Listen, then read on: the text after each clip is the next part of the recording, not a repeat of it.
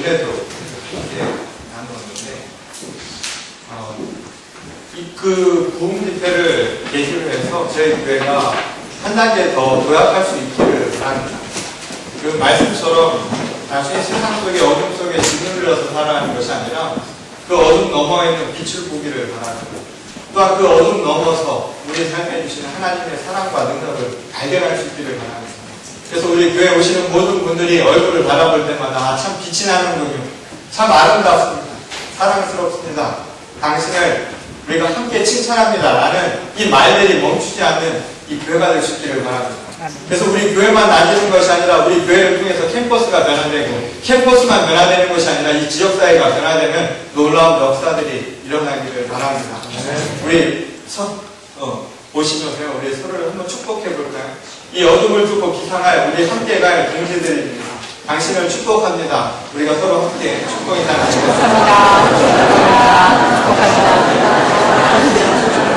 축복합니다. 어떠세요? 옆에 계신 분의 얼굴이 밝습니까? 네.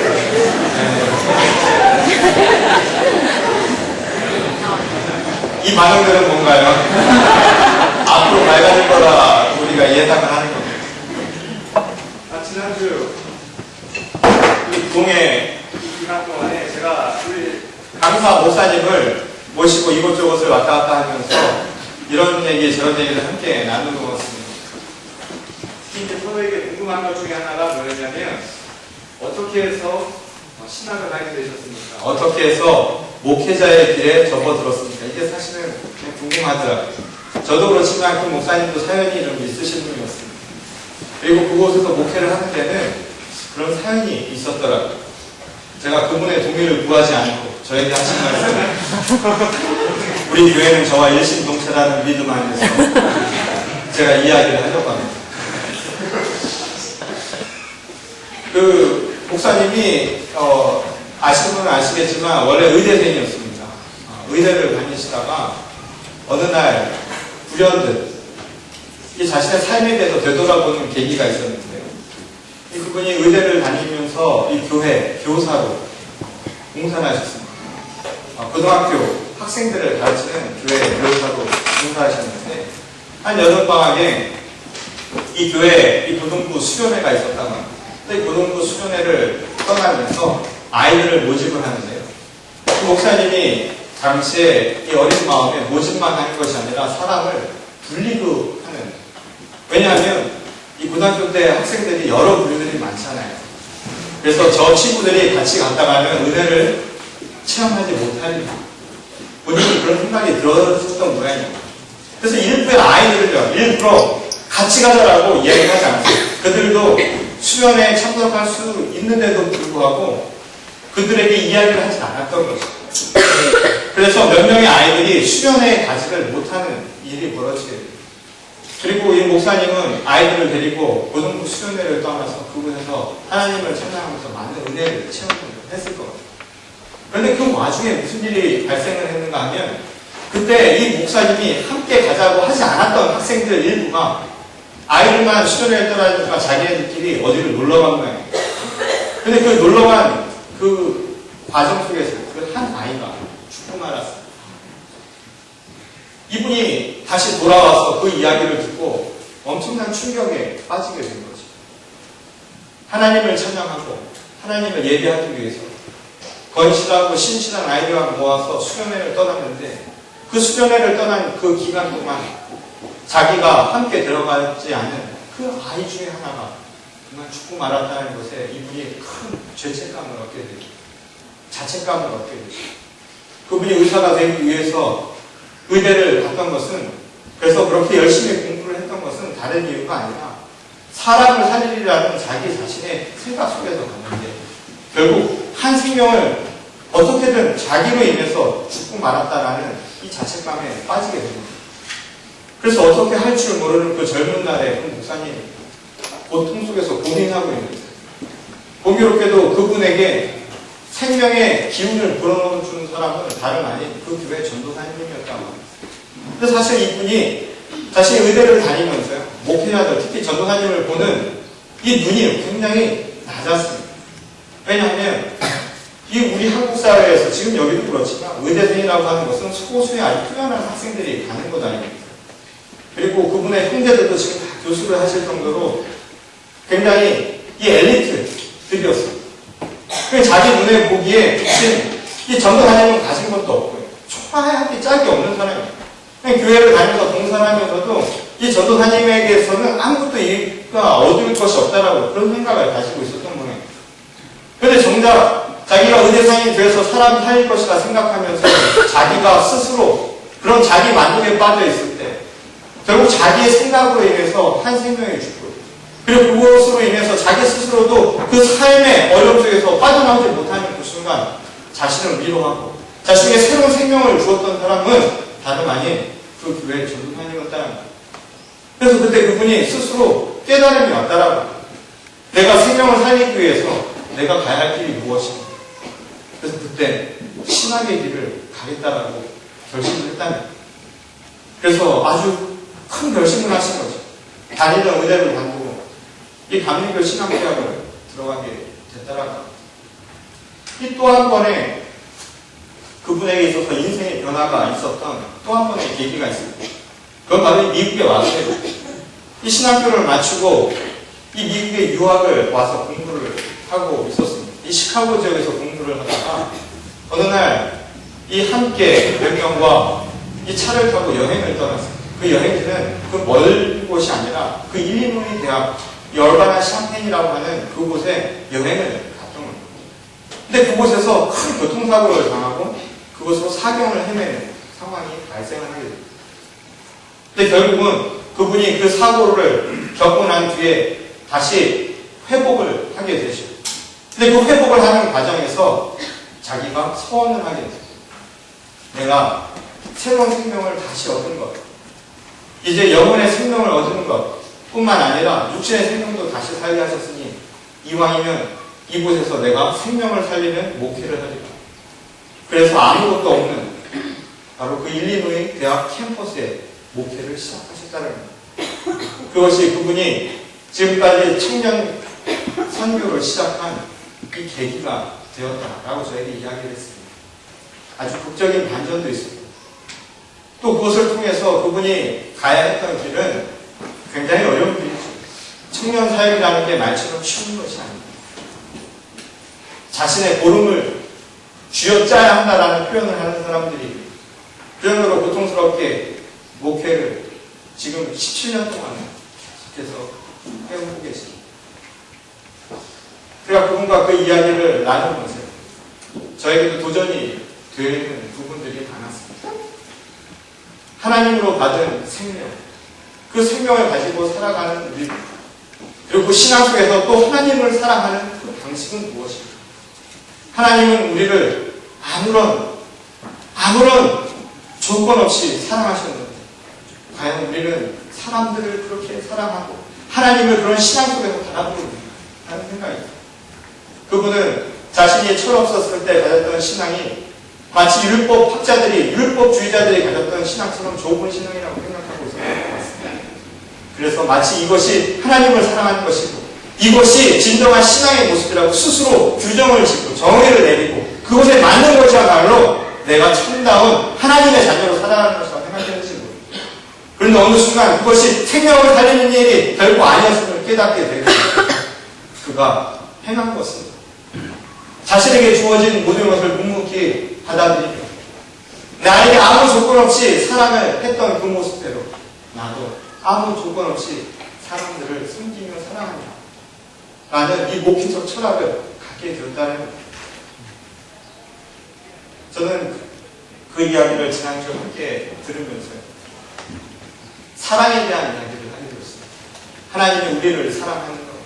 그리고 내가 하나님을 신앙을 통해서 사랑하는 것이 무엇인가.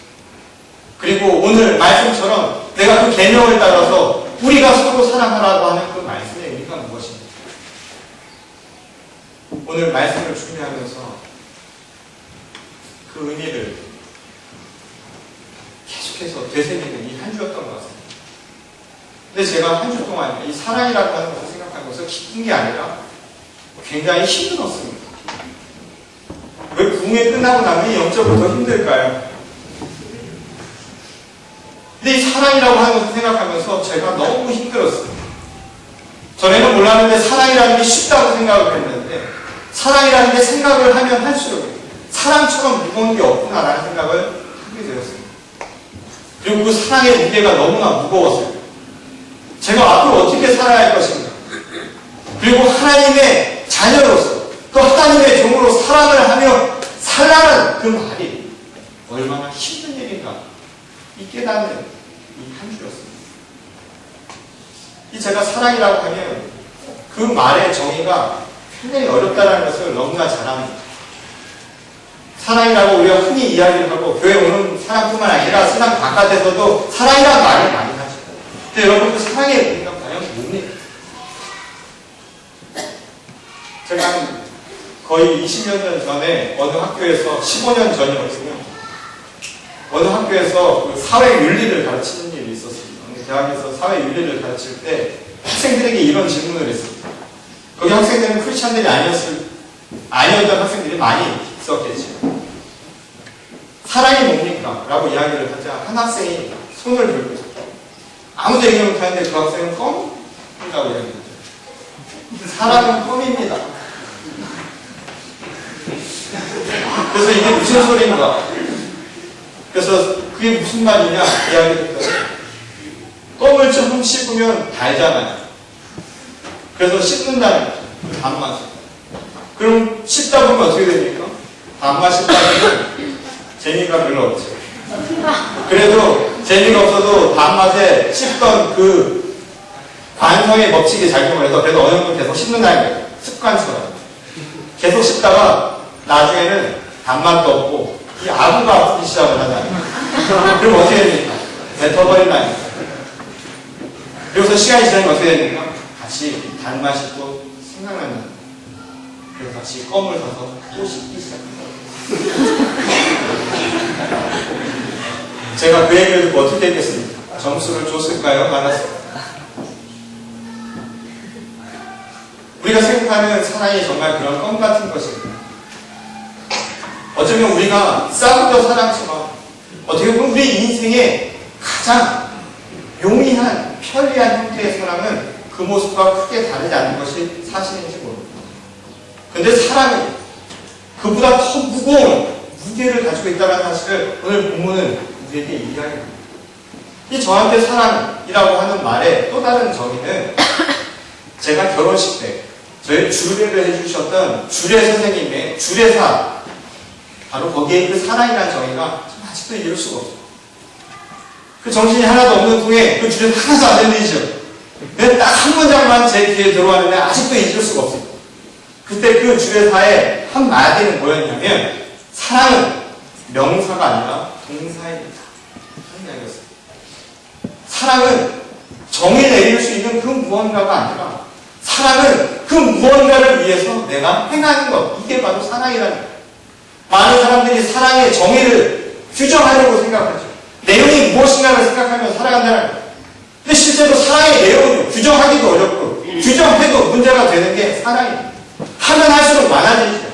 그래서 우리가 서로 다른 사랑의 규정을 가지고 살아가면서 서로 간에 문제가 생기기도 하는 게 바로 이 사랑의 규정을 내리는 이 단점이자 그것이 갖는 치명적인 결함이기도 한 겁니다. 그러기 위해서 사랑이라고 하는 것은 그 내용이 중요한 것이 아니라 무언가를 위해서 내가 행한다. 마치 정원 명령처럼 나에게 가장 중요한 바로 그것을 지금 행하라라고 하는 그 이야기가 사실은 사랑이라고 하는 것을 가장 정확하게 설명해주는 정의가 아니다. 이런 생각을 하게 된다는 거예요. 그럼에도 불구하고 우리들은 끊임없이 사랑이라고 하는 것을 행하는 것이 아니라 사랑에는 무언가가 있을 것이다라는 그 내용에만 초점을 맞추고 살아가는 게 오늘 우리의 현실입니다. 오늘 그와 같은 사람들이 있습니다. 오늘 우리가 읽은 이 신앙의 본문 말씀은 율법학자와 예수님 간의 대화를 우리에게 보여주는 대목입니다. 이 당시 율법주의자들은 바로 하나님을 향한 사랑, 신앙이라고 하는 것, 또 하나님이 우리에게 주신 그 사랑을 따라서 살아가는 모습이 무언가를 스스로 규정하고 살아가는 대표적 부류의 사람이었어요. 그들에게 하나님은 살아계신 바로 말씀을 통해서 드러나는 것이다 라는 생각을 가지고 있었어요. 극단적으로 이야기하자면 하나님의 사랑은 다른 것이 아니라 바로 율법이 곧 하나님의 사랑이라고 믿고 살았던 사람들입니다. 아주 자기만의 정의를 가지고 규정을 가지고 살았던 거예요. 그래서 당시 유대 사람들은 이 유대 율법에 적혀져 있는 개념들을 수없이 적어 내려갔습니다. 그래서 하나님의 말씀들에 대한 맞는 개념들을 적어 내려갔고 또한 금령들을 적어 내려갔죠. 그래서 지금까지 그것을 금과 옥조처럼 여기고 마치 하나님을 바라보듯이 그 말씀을 가지고 살아가는 게 유대 율법주의자들의 모습입니다. 그리고 그게 유대교의 모습이기도 하죠. 이 당시에 유대 율법주의자들은 이 손에 두루마기 같은 것을 들고 다녔다고 합니다. 약 248개의 하나님의 말씀이라고 적혀진 개념들과 그리고 365개의 금령들, 다시 말해서 하면 안 되는 것을 적고서는 이게 하나님의 말씀이니 이것을 반드시 지켜야 한다면서 살았던 것이 당시 이 유대 율법주의자들의 모습이었습니다. 그러니 그들에게 중요한 것은 바로 이 하나님의 말씀, 살아계신 하나님의 말씀을 지키는 것, 이것이 곧 하나님을 사랑하는 방식이라고 그들은 생각하고 있었다는 거죠. 그리고 그것이 곧 하나님이 우리를 사랑한 이유이다라고 생각했던 겁니다. 그러다 보니 그들이 내용을 협소하게 정의를 내리다 보니 그들에게 중요한 것은 무엇입니까? 끊임없이 생산되는 하나님의 말씀들, 그 계명들 중에 과연 우선순위가 무엇인가 하는 것에만 그들은 관심을 두고 있었다는 겁니다. 그러니 이 수많은 말씀 가운데 어떤 것이 으뜸인가? 이것은 유대 율법주의자들이 만나면 항상 서로에게 논쟁을 벌였던 가장 중요한 테마 가운데 하나였다는 겁니다. 그런 의미에서 오늘 율법학자가 오늘 예수께 질문했던 하나님의 계명 중에 가장 으뜸되는 계명이 무엇인가? 라고 했던 그 질문은 당시 유대 사회에서는 아주 정형적인 모습이었다라는 것을 보게 됩니다. 유대 율법학자가 묻죠. 하나님의 말씀, 살아계신 그 하나님의 말씀, 거기에 가장 중요한 것이 무엇입니까? 라고 묻습니다. 그러자 예수께서 그 첫째를 뭐라 이야기합니까? 첫째는 다른 것이 아니라 내 마음을 다하고 내 목숨을 다하고 내 힘과 정성과 뜻을 다하여서 하나님을 사랑하라 라는 것. 그리고 둘째는 무엇입니까? 내 몸과 같이 내 이웃을 사랑하라 라는 이야기입니다. 그런데 실제로 이 율법학자 이야기를 듣고 그것에 수긍을 하죠. 그 말은 무엇입니까? 이 실제로는 당시 유대 사회의 율법주의자들이라면 누구든지 이 말에 이의를 제기할 사람은 아무도 없었습니다. 결국은 율법에 대한 무엇이 가장 중요한 개념입니까? 라는 논쟁의 핵심, 결국 끝에는 이 두 가지가 남는 너무나 잔영한 이치라는 거죠. 하나님을 사랑하고 그리고 세상의 사람들을 사랑하는 것, 이것은 하나님의 개념을 집약적으로 압축해서 설명한 가장 중요한 두 근간이 되는 개념이라는 사실을 그 누구도 부정하지 않았다는 거예요.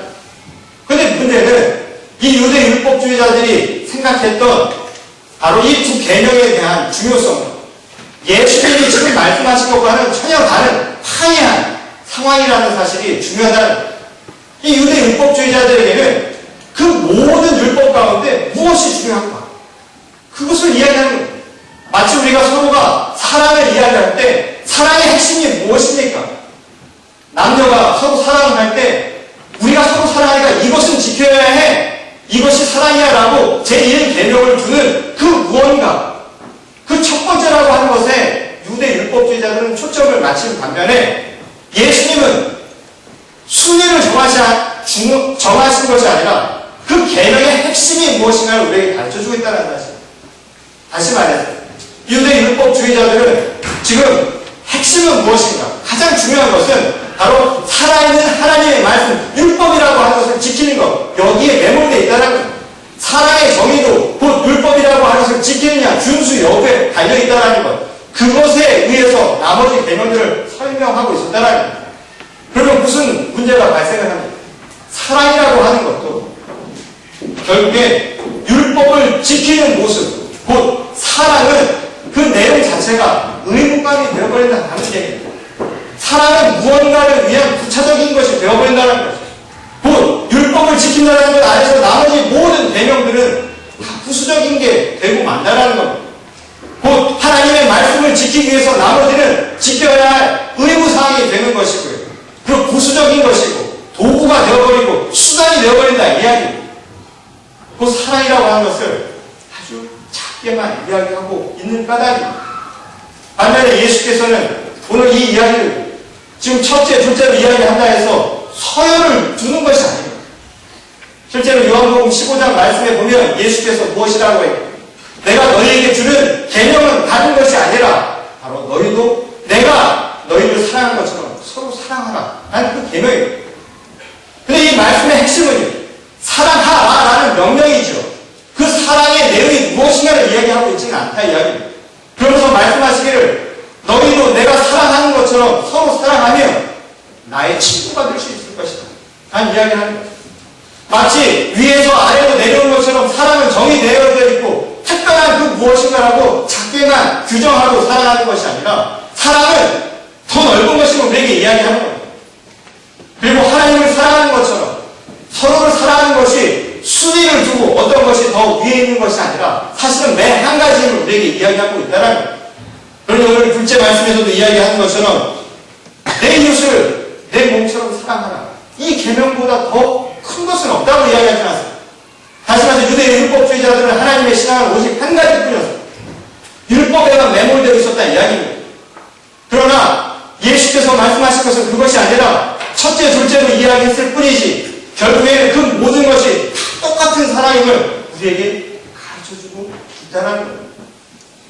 사랑은 결국 우리가 생각하듯 규정되고 작은 의미로 정의되는 것이 아니라 그것을 무엇이든 하나님께서 주신 이 생명을 위해서 그 가치를 위해서 내가 실천하는 것 그 자체가 바로 사랑임을 우리에게 가르쳐주고 있다는 그런 의미에서 우리가 생각하는 사랑의 개념과는 차이가 있음을 보게 되는 거죠. 우리가 흔히 이런 이야기를 합니다. 사랑은 내리사랑이라 그런 이야기를 하죠. 이 율법주의자들도 마찬가지였습니다. 이 사랑이라고 하는 것은 내리사랑이기에 치사랑은 없다인 것처럼 이야기합니다. 마치 반대되는 것은 없다라고 생각을 하는 것이죠. 우리말에 치사랑은 없다라고 하는 말은 무슨 의미입니까? 예컨대 부모가 자식을 사랑하는 것은 너무나 당연하죠. 그런데 자식이 부모를 그처럼 사랑하기는 어렵다라는 이야기입니다. 어떻게 보면 세상 속에 그런 상하, 위계, 연공, 서열이 분명한 사회에서는 이 말이 틀린 말도 아닙니다. 그런데 실제로 보면 이것은 우리가 세상을 살아가는데 당연한 모습들이 아닙니다. 당연히 해야 할 도덕적인, 윤리적인 설명이 아닌 것입니다. 사실은 본능적인 모습입니다. 동물들도 보십시오. 생명체가 있는 모든 동물들도 자식을 생각하는 어미의 마음은 맨 한 가지입니다. 다 똑같다 이야기입니다. 그러니 인간이 특별한 것이 아니라는 거죠. 내리사랑이라고 하는 것은 그냥 당연한 것이지 그렇게 받아들여야 할 것이 아니라는 이야기입니다. 그런데 당시 율법주의 이 사회에서도 마찬가지였습니다. 하나님의 사랑을 받아서요. 그것을 행할 수 있는 것은 의무감밖에 없었다는 겁니다. 치사랑이라고 하는 것은 거의 불가능에 가까운 거죠. 그저 율법을 지키는 의무감만 남아있었다는 이야기입니다. 사랑을 사랑으로 대하는 것이 아니라 그 은혜를 받은 것을 내가 은혜에 대해서 도구로 내가 그 수단으로 그것을 지키는 것 이것이 우리가 할 도리라고 생각을 했다는 예수께서는 그 생각을 지금 완전히 뒤집어서 설명을 해주신 거예요. 여러분 세상을 살아가면서 가장 비참한 게 뭡니까? 부부 생활도 그렇고 남녀 관계도 그렇고 부모 자식 간의 관계도 그렇고 사랑을 의무감으로 하면 얼마나 힘듭니까? 의무감으로 하는 건 뭐예요? 내가 받았으니까 주겠다는 건 뭡니까? 그걸 지키며 살아가는 건 사랑이 아니라 의리죠, 의리. 여기 부부관계를 의리로 하시는 분이 있으십니다. 우리가 의리가 있는데 끝까지 한번 봐보자. 남녀 관계를 의리로 생각하셔서 이왕 이렇게 된 거 의리라도 지키고 살자 그러고 사시는 거예요. 부모와 자식 간의 관계도 마찬가지예요. 부모가 나를 지금까지 이렇게 지키고 나를 위해서 돌봐줬으니 의리를 지키기 위해서 나도 살아야 되겠다. 그게 어떻게 사랑이 될 수가 있겠습니까? 비참한 모습이지. 오늘 예수께서는 우리에게 이야기합니다. 서로 사랑하는 모습들은 그것은 농락이가 있는 것이 아닙니다. 결국 하나님을 사랑하는 그 신앙과 우리가 서로를 사랑하는 것은 같은 것이라 이야기하는 겁니다. 하나님의 은총이 우리에게 오신 그 사랑 아무 조건 없이 온 것처럼 우리도 하나님을 사랑하는 것은 아무 조건 없이 가는 겁니다. 그 다시 말해서요. 우리가 무슨 의무감으로 행하는 것이 아니라 받은 은총에 대해서 증거하는 것 그게 사랑입니다. 내가 받은 사랑을 그 사랑대로 머금고 살아가는 것 이게 사랑입니다. 그리고 그것을 증명하면서 세상 속에서 실천하면서 살아가는 것입니다. 사랑이라고 예수께서는 이야기합니다. 여러분, 사랑 없이 세상을 살 수 있습니다. 우리가 무언가를 행하기 위해서는 사랑해야 합니다. 내가 꿈을 사랑하지 않고는 그 꿈을 먹고 살아갈 수가 없는 법입니다.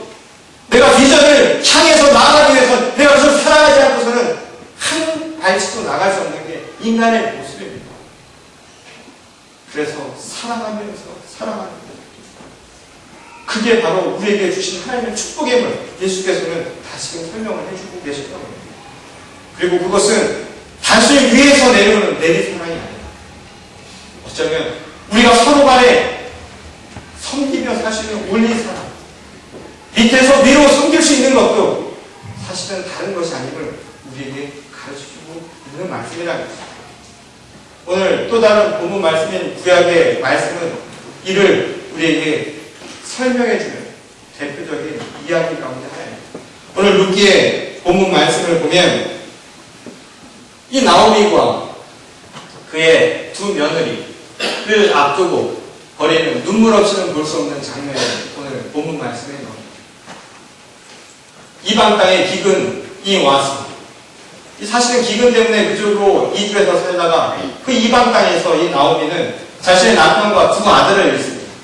두 아들을 잃으면서 결국에는 이방 여인이었던 두 며느리만을 갖게 되죠. 결국 나오미가 이방 땅에서 얻은 것이라면 한 가지도 없는 겁니다. 한번 생각을 해보십시오. 여러분, 이민을 오기 전에 부푼 꿈을 옮으신 분들이 있습니다.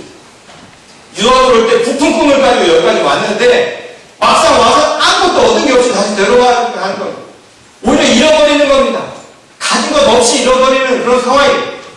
나오미가 얼마나 고통스러웠으면 자신의 이름을 이제 나오미라고 부르지 말고 마라라고 부르라고 얘기해요. 이 마라라고 하는 것은 절망입니다. 고통인 거죠.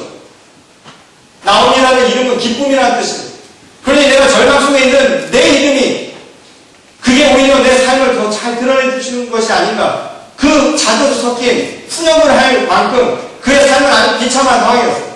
이방 땅에서 가진 것 하나 없이 이제 다시는 자기 삶을 찾아서 자신이 왔던 그 고향으로 되돌아가야 하는 아주 절망적인 순간입니다. 그럼 그 절망적인 순간에 자신의 두 며느리에게 무슨 이야기를 하는 것입니다. 지금 나오미가 이야기하는 것은 무엇입니까? 이제 그 갈 길들을 가라. 이 당시 유대 사회에서는 이 며느리들이 종속되어 있는 겁니다. 그 가문에. 함부로 나가고 이렇게 될 수가 없는 상황입니다. 예컨대 아들 둘이 죽어서 지금 며느리만 남았다 할지라도 이 계대라고 하는 것이 있어서 또 다른 형제에게 이 며느리를 줘야만 합니다. 형수를 안고 살아가야 하는 게 당시 유대사의 풍습입니다. 그만큼 여인은 이 생산을 위한 노동력 생산이죠. 자식을 생산하기 위한 수단입니다. 부속물과 같은 거예요. 그러니 자기가 데리고 갓도 무방한 이야기죠. 그런 순간에 이 나오미가 그 자식에게 남 같지 않은 비록 이방인이지만 한때는 자신의 아들들과 함께했던 이 며느리들에게 지금 선택권을 주죠. 얘들아, 나와 함께하는 삶은 고통뿐이에요. 니네들이 다시 이방 땅에 가서 내가 사는 고향에 가면 너희들에게 이방 땅이 될 텐데 거기서 당할 온갖 수모와 모면 이런 것들을 생각하면 차마 내가 너희를 같이 데려오고 갈 수가 없다. 그러니 내가 기회를 줄 터이니 이제 네 갈 길을 가라 하는 이야기가 지금 이 나오미는 며느리들에게 시어머니로서 자애라고 하는 것, 내가 자꾸 자기하는 것이 아니라 이 내 삶에 있어서 완전히 그 밑바닥 순간에서 더 밑바닥으로 내려가게 될지도 모를 그 며느리에게 이 삶의 길을 터주는 상황입니다. 그러자 며느리들이 어떻게 합니까? 며느리들이 안 된다고 얘기했죠. 안 된다. 이 첫 번째까지는 요즘에도 할 수 있을 것 같아요. 며느리들을 향해서 시어머니가 가라. 내가 너희들 나랑 같이 안 살아도 돼. 독립해서 살아라. 그러면 며느리들이 한 번은 튕겨보죠. 아니에요, 어머니. 저는 어머니를 모시고 살 겁니다. 어머니는 나의 어머니. 한 번 정도는 할 겁니다. 실제로 오늘 본문 말씀 바로 전에 보면 룻은 끝까지 가지만 또 다른 며느리 오르바는 자기 갈 길을 떠났다라고 이야기합니다. 어떻게 보면 오늘날의 부부 갈등이 여기서 시작이 되는 거죠. 시어머니와 그리고 며느리의 관계. 요즘에 며느리들이 많은 젊은 어머니들이 그런 얘기를 하더라고요. 시자 붙은 데랑 같이 안 다닌다. 그래서 시 뭐만 붙어도 그 근처에 가지 않는 게 요즘의 모습이라고 이야기하지 않습니까? 그래서 뭐 시월드? 세상은 두 세상이 있는데 하나는 자기가 사는 세상과 또 하나는 시월드라고 해서 시댁 식구들이 사는 세상과 따로 있다는. 그런 와중에 이 룻이 무슨 이야기를 하냐면 어머니는 내 어머니 하는 이야기예요. 그 저희 어렸을 때만 해도요. 저희는 친구 어머니를 부를 때 이렇게 불렀어요. 전 중학교 뭐 이럴 때도 어머니 그랬어요. 근데 언젠가 보니까 이 젊은 청년들 중에 그 친구들 어머니를 만났을 때 보니까 아줌마라고 부르는 친구들이 있더라고요. 제 3자가 된 거죠. 아줌마죠, 아줌마는.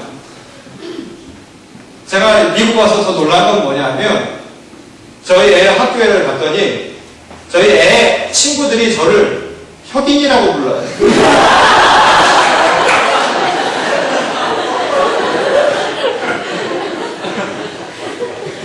틀린 건 아닌데. Something wrong. 얘들은 뭔가가 좀 빠져도 많이 빠져. 근데 우리는 친구 어머니를 어머니라고 불렀어요.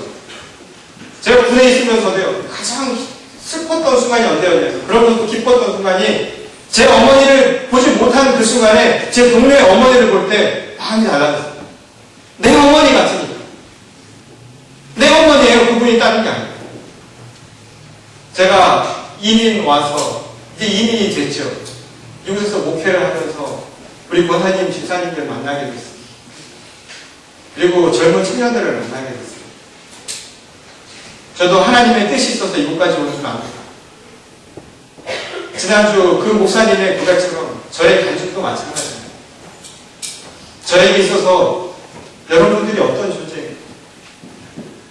아줌마? 아저씨? 모르는 이름 모를 청년이 아니라 이제는 내 형제 자매가 되고 내 부모가 되고 내 친척이 되고 나의 그 무언가가 되었다는 거예요. 오늘 이 룻이 보여준 모습이 바로 그겁니다. 지금 사랑은 내 사랑만 있는 게 아니라 온리 사랑도 있는데요. 그 모습은 다른 게 아닙니다. 사랑을 규정하면서 살아가는 것이 아닙니다. 네 거, 내 거를 구분하는 것이 아니라 그냥 다 내 거 같은 건. 그 사랑이 바로 예수 그리스도께서 우리에게 가르치신 사랑의 모습이라는 거예요. 내가 너희를 사랑하는 것처럼 너희도 서로 사랑하라는 말씀의 의미가 바로 그 안에 담겨져 있는 것이죠. 내 사랑과 원리 사랑. 어쩌면 세상은 이것을 구별하며 살아가는지 모릅니다. 그런 우리들에게 하나님이 주신 말씀은 우리는 사랑 안에서 다 한 형제, 한 자매라는 사실입니다. 오늘 우리 교회 또 우리의 믿음의 공동체 그리고 이 시대에 우리에게 주시는 말씀이기도 합니다. 오늘 세상을 사랑이라고 해서 수없이 규정하면서 살아가지 않습니다. 그것을 통해서 우리도 모르는 새 생명을 잃어버리게 만들고 살아가지 않습니다. 전쟁이 그렇고 분쟁이 그렇고 갈등이 그렇지 않습니다. 악의 축이라고 해서 또 다른 세상을 갈라놓는 것이 오늘의 현실이 아닙니다. 그리고 나와는 다른 사람이라고 해서 인종적으로나 문화적으로나 또한 서로 간에 갈등을 만들고 있는 것이 우리들의 모습 아닙니다. 오늘 이런 시대에 우리에게 주시는 하나님의 말씀은 바로 이겁니다. 내 사랑과 우리 사랑은 하나입니다. 세상은 그 사랑으로 다 하나가 될 수 있다는 그것은 무엇을 규정짓는 것이 아니라 바로 그러한 믿음 속에서 내가 받은 은총을 증거하며 그 사랑을 받은 것을 함께 서로 증거하며 살아가는 것. 바로 그것이 우리가 필요한, 우리가 지켜야 할 사랑의 모습임을 우리에게 가르쳐주고 있는 것입니다. 오늘 이 시대를 살아가는 젊은이들과 그리고 이 시대를 살아가는 이 믿음의 공동체, 그리고 이 시대를 살아가는 우리 모두에게 주신 이 하나님의 말씀, 하나님을 사랑하고 그리고 우리 서로를 내 몸처럼 사랑하라는 그 말씀을 기억하시기 바랍니다. 어둠을 뚫고 비상하라는 그 말입니다. 우리 교회가 사람 수가 늘어나서 성장하라는 거 그 의미 아닙니다. 그 어둠은 우리가 만들어낸 그 수많은 규정들, 껍데기와 같은 것들을 벗어내고 진정 서로를 참 사랑 안에서 바라볼 수 있는 능력입니다. 오늘 우리 교회가 그런 교회가 되시기를 바랍니다. 아멘. 그리고 우리 교회를 통해서 캠퍼스와 이 시대의 모든 주님의 공동체가 주 안에서 사랑을 나누는 그런 주님의 귀한 공동체가 되기를 바랍니다. 저와 여러분들이 그 어둠을 뚫고 비상해서 하나님의 사랑을 실천하는 주님의 귀한 성도들이 다 되실 수 있기를 주님의 이름으로 간절히 축원합니다. 아멘. 같이 기도하겠습니다. 사랑 많으신 하나님 감사를 드립니다. 오늘 우리를 찾아오셔서 주님의 그 크신 은혜와 사랑으로 저희를 채워주시고 이제 그 은혜를 통하여 저희도 그 은총을 증거하며 살아갈 수 있는 사랑을 품게 하시길 감사합니다. 사랑은 명사가 아니라 동사라면 이야기처럼 사랑은 그 무언가가 아니라 바로 사랑은 행함을 통해서 드러나는 것임을 저희가 기억하게 하시고 하나님의 그 크신 사랑을 우리도 실천하며 살아갈 수 있도록 주님 인도하여 주시옵소서. 아멘. 오늘 이 시간 우리 마음 가운데 우리 스스로 만들어낸 이 갈등의 요인들은 없습니다. 사랑을 그 내용대로 규정하면서 서로를 힘들게 만들지는 않았습니다. 또 사랑은 이만하면 됐지 하는 자기의 규정 가운데 서로를 아프게 하지는 않았습니다. 또한 내 사람을 맞추지 못한다고 해서 다른 사람들을 비방하고 또한 다른 사람들을 자기 잣대로 재면서 살아가는 것은 아니었습니다. 오늘 하나님이 우리에게 아무 조건 없이 내려주신 그 사랑을 우리도 실천하기를 바랍니다. 서로를 향해 실천하며 살아가게 도와주시옵소서. 하나님, 세상이 아직도 어지럽습니다. 전쟁과 갈등, 분쟁이 있습니다. 세상이 갈기갈기 흩어져 있습니다. 이런 속에서 저희들이 올바른 사랑이 무엇인가를 깨닫게 도와주시고 주 안에서 저희들이 그 사랑을 함께 실천하는 주님의 사랑의 공동체가 될 수 있도록 주님 역사하여 주시옵소서. 하나님, 특별히 우리가 살고 있는 이 미국과 그리고 우리의 고국인 이 한국을 하나님 앞에 올려드립니다. 우리 민족과 또 우리가 살아가는 이 땅 가운데 하나님 참다운 지도자들이 나오게 하시고 또한 모두가 사랑의 눈으로 서로를 섬기며 살아갈 수 있는 눈을 갖게 하여 주시옵소서. 하나님, 서로가 다른 그 다름을 인정하게 하시고 그것을 통해서 분쟁하며 갈등하기보다는 서로를 향해서 사랑의 마음으로 품어 안을 수 있는 저희 모두가 되게 하여 주시옵소서. 참 신자들이 이 시대를 선도해 나갈 수 있도록 도와주시고 또한 젊은이들이 꿈을 꾸고 비전을 갖되 주 안에서 참된 사랑의 마음을 품게 하여 주셔서 세상 속에 이 하나님의 나라를 건설해 나갈 수 있도록 주님 저희를 사용하여 주시옵소서. 그리고 이 시간 함께하는 주님의 공동체 가운데 하나님의 큰 은혜와 하나님의 큰 사랑을 내려주실 줄 믿사오니 거룩하신 우리 주 예수 그리스도를 받들어 간절히 기도드렸습니다. 아멘.